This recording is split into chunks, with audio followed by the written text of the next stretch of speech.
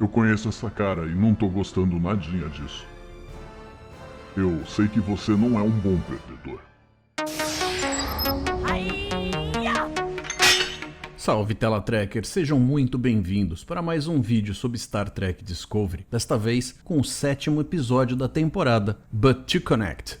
Esse foi um episódio que levantou questões bastante interessantes dentro do campo da ética, da boa prática da diplomacia e ainda de questões bastante filosóficas. Quem costuma acompanhar meus vídeos a essa altura já deve ter percebido que eu tento fazer comentários equilibrados, valorizando os pontos fortes quando esses existem e pontuando meus desagrados com o roteiro de Discovery, que certamente não é minha série favorita da franquia, mas que merece ser analisada por seus próprios méritos. Dessa forma, e é claro que gosto é uma questão muito pessoal, eu creio que seja justo dizer que essa temporada tem sido, na minha opinião, superior às anteriores, inclusive comigo já sentindo uma melhora desde a terceira. Ainda há, sem dúvida, coisas às quais eu não dou meu pleno aval, mas percebo que as histórias têm sido mais felizes na escolha e execução dos pontos abordados. Todo o decorrer de como o assunto presente está sendo tratado possui problemas lógicos e conceituais, por vezes em detalhes e em outros momentos em pontos mais relevantes, como os científicos usados para embasar a trama, que nem sempre são os mais convincentes. No entanto, a parte humanizada da narrativa ainda me parece carregar o tom, o peso e a proposta certa. Isso me deixa bastante contente, não plenamente satisfeito, mas contente. Inclusive, existem algumas pinceladas espalhadas que me ajudam a trabalhar o meu cânon mental particular, que facilita que essa série se reconcilie com o resto da franquia, mesmo que os produtores não assumam que se trate de uma versão alternativa. Eu peço então que quem curtir o conteúdo deixe um like, inscreva-se no canal e ative as notificações, vindo assim a fazer parte da família na tela, que sempre recebe as novidades antes de todo mundo. A sua participação ajuda demais o crescimento e a relevância do canal, e eu ainda fico super grato, avisando a todos então que a partir deste ponto eu sigo com a recapitulação comentada. Então, já sabe, spoilers de montão. A reforma da nave ainda está em progresso nesse começo de episódio.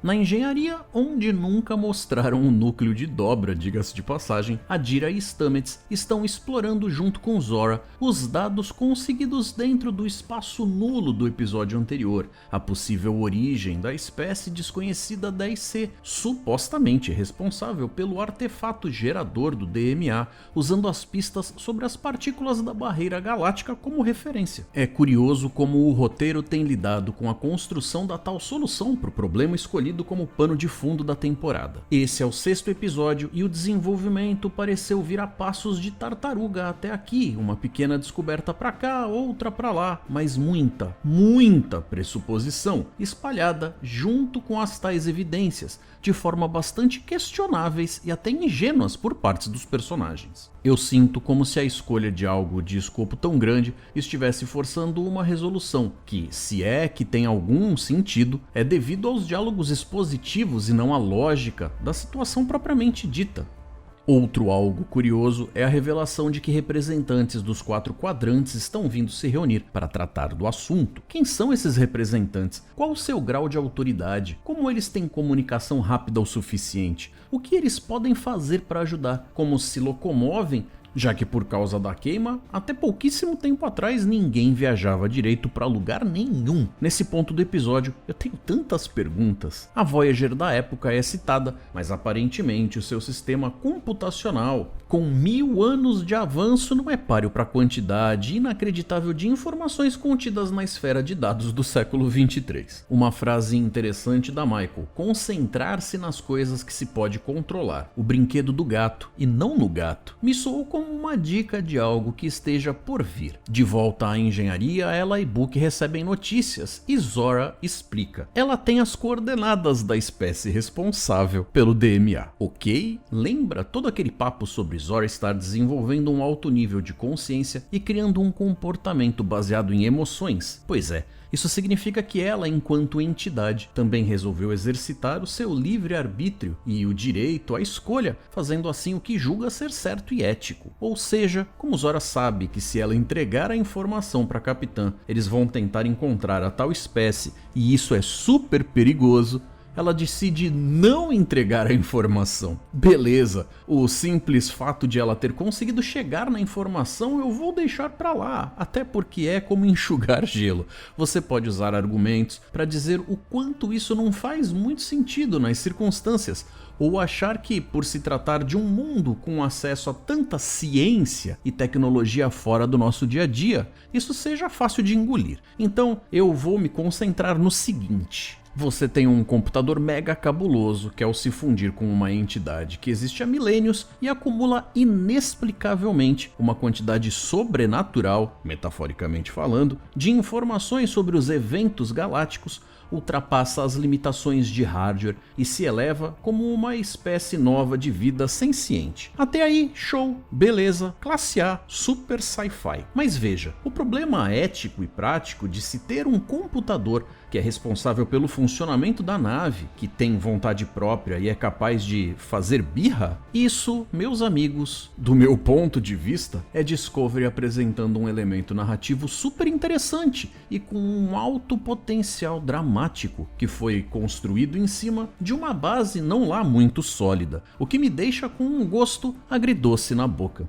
Quem não tá curtindo a ideia de uma inteligência artificial marrenta no controle de uma nave é a própria frota estelar. A pedido do almirante Vance, Kovic vai até Michael discutir o assunto, e sem a confiança da capitã no bom comportamento da inteligência artificial, ele ainda lhe manda um experto credite, do latim, que traduz algo como confie em quem sabe por experiência. Ele antecipa a possibilidade de que problemas mais sérios podem estar no horizonte, e visto que esse personagem é a personificação da eficiência e nunca está lá apenas por estar, Michael recebe suas palavras como um aviso de não deixe a peteca cair. Então, deixe o cara tentar. A Terra está de volta à mesa de negociações e a pendenga com Titã parece estar recebendo atenção em prol da paz e da compreensão. É estranho ver a frota e a Federação sem a Terra, seu membro fundador. Várias espécies estão presentes na reunião, incluindo o cientista risiano gênio que descobriu o aparato no centro do DMA com seus comentários cáusticos sobre políticos.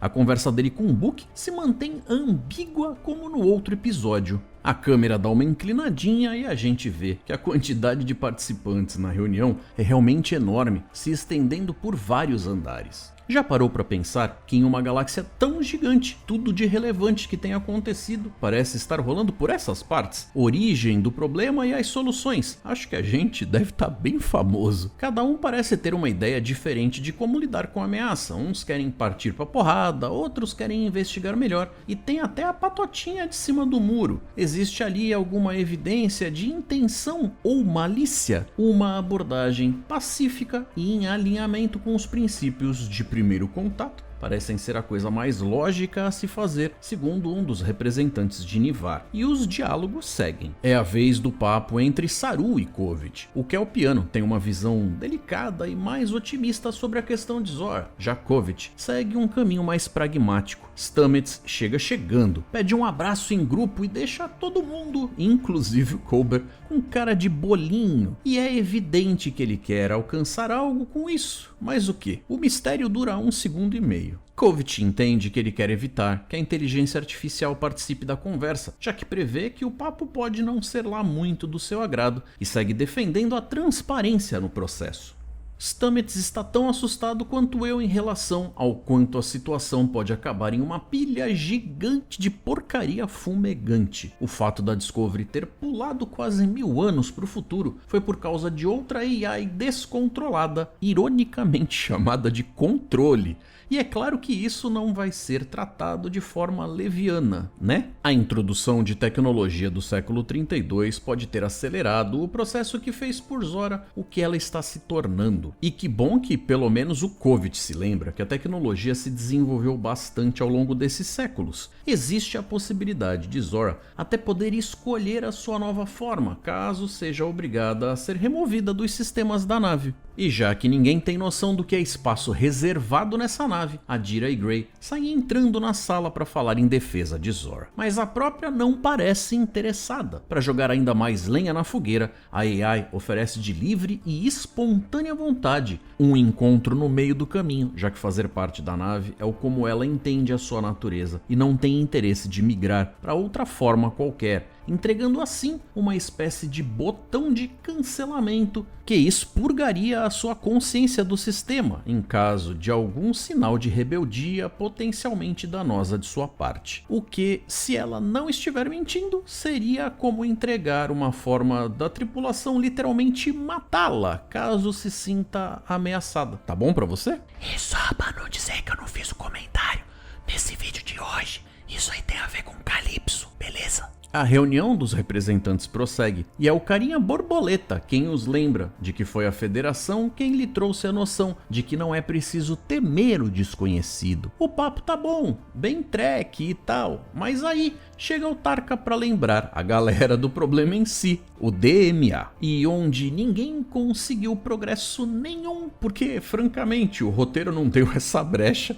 Ele, que é um gênio super fora da curva e resolveu as principais questões lógicas durante o comercial, chega com a solução mágica de um dispositivo capaz de destruir o DMA. Sem lá muita sutileza, o roteiro tem plantado algumas coisas em relação a esse personagem que podem vir a se concretizar ou serem apenas uma distração para gerar plot twist. Vamos ver. Mas uma coisa é certa, o cara é arrogante. Ele fez a proposta dele e a Michael comenta: uma explosão de subespaço em cascata parece muito com o resultado de uma explosão isolítica. Armas desse tipo foram banidas pelo acordo de Khitomer, inclusive por impossibilitar o uso de dobra no setor. A proposta é como uma versão de uma bomba nuclear com potencial para gerar inclusive uma crise diplomática. As escolhas estão na mesa: ir até o provável ponto de origem da tal espécie 10C e tentar resolver na conversa, levando em consideração que a Zora entregue as coordenadas, ou sair explodindo tudo de forma violenta e exagerada só para ter certeza. A votação fica então nas mãos do conselho. Stamets parece convencido de que o dispositivo entregue por Zora pode de fato arrancá-la do sistema. Adira e Gray ainda têm seus comentários e opiniões por estarem em situações com características únicas. Ambos se mostram preocupados com a ameaça à vida de Zora. Culber levanta a questão: não é certo ter esse tipo de poder nas mãos sobre a vida de um ser senciente para benefício próprio. É preciso encontrar outra forma de lidar com isso.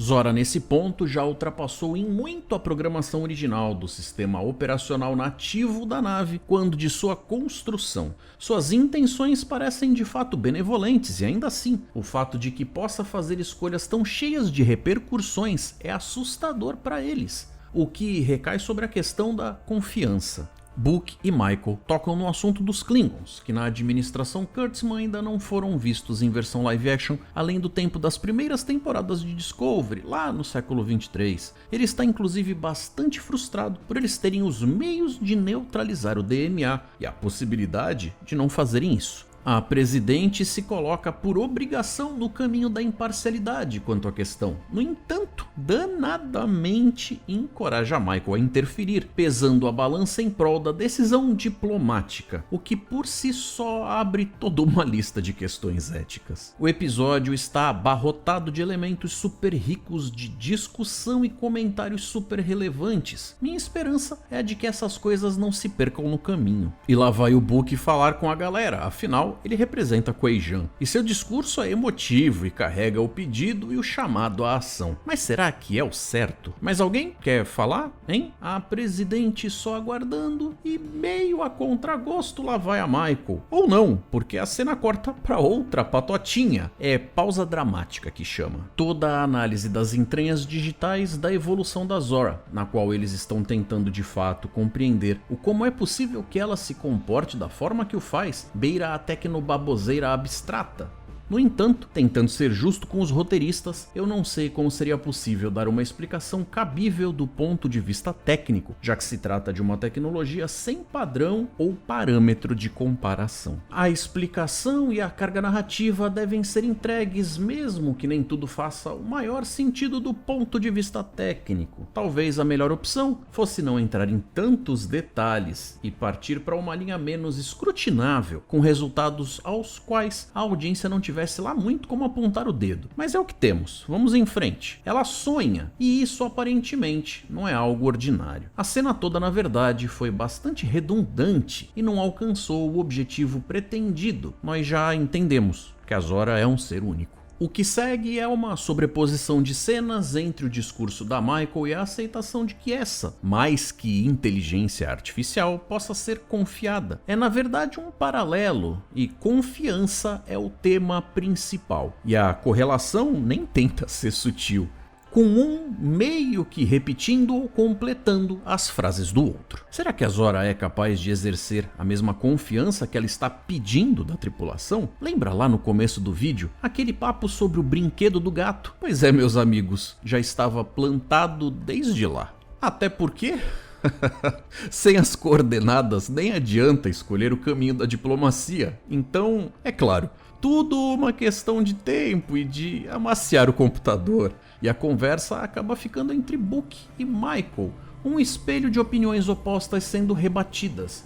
Isso não vai ajudar muito o relacionamento dos dois, com certeza. Zora, levando todo esse papo de reciprocidade em consideração, decide: toma aqui, meu filho, as coordenadas. A votação tem início, eles fazem um draminha básico e a diplomacia ganha. Isso porque eles lá na conferência nem sabem que já se tem as coordenadas, que, diga-se de passagem, nem era para se ter assim tanta certeza de que estejam corretas ou que vão resolver qualquer coisa. A Discovery é escolhida para liderar a situação. Bom, ela é a nave principal da série, mas eles podiam escolher isso melhor. No fim das contas, o Covet foi enviado para resolver a situação e provavelmente teria algum método para garantir o sucesso, mesmo que isso significasse não ser lá tão fofinho com a Zora. Stamets está muito mais confiante nos resultados e no progresso. No entanto, o que ainda lhe traz preocupações é o fato de que Zora não se enquadra na escala de hierarquia, mas ela topa se colocar dentro dessa expectativa. Quanto à regra de que as naves da frota não tenham nenhum sistema de inteligência artificial 100% sencientes e integradas, não se aplicam, já que a Zora é mais que isso. É um tipo novo de forma de vida. Ela pode então se juntar à frota estelar como uma especialista. O Covet compra a ideia de imediato e eles desmontam então o botão da cyber-eutanásia. O lado poético é quando Stamets descobre que, caso o impasse de seu descontentamento com Zora não fosse resolvido, ela não seria extraída da nave, mas sim, ele é quem seria transferido. Isso é o quanto Covet botou fé em Zora. Aparentemente, esse é um momento de despedida entre Gray e Adira. O chamado para trio e para se tornar um guardião é forte. Relacionamento à distância, então? Mas o que isso significa para a série? Afinal, é uma série onde você se desenvolveu, tem que sair. E por falar em manutenção de romance, olha o Saru e a danadinha da T'Rina. Teve até a versão entrega de flores tão bonitinho. Gray faz seus arranjos para ir para trio e, se isso é uma despedida, abraço de família. Tava tudo indo bem, né? Tarka roubou uma unidade do novo mini motor de esporos e a instala na nave do Book, que deixa a gatinha Rancor nos aposentos da Michael com uma mensagem que basicamente diz: tô indo ali fazer coisa errada. Beijo. E lá está a nave Transformer do Sr. Cleveland Booker rodopiando e... o que será que isso deixa implícito, hein, meus amiguinhos? O time dor de cotovelo se jogando naquela pilha fumegante de porcaria. Mas vamos para o hiato e só saberemos o que se segue em 10 de fevereiro. A promessa é a de que os próximos episódios sejam mais agitados, mas até aí, trailer tem essa tendência de nos fazer criar expectativas, não é mesmo? E eu quero agora a opinião de vocês. Palpites? Teorias? Comentários? Deixem tudo registrado aqui embaixo. Eu vou ficando por aqui. Não esqueçam de conferir os novos lançamentos da playlist Almanac de Naves, que está com novidades de Star Wars. em comemoração ao lançamento da série O Livro de Boba Fett. Deixo vocês com 2 sugestões de vídeos, um forte abraço e até o ano que vem.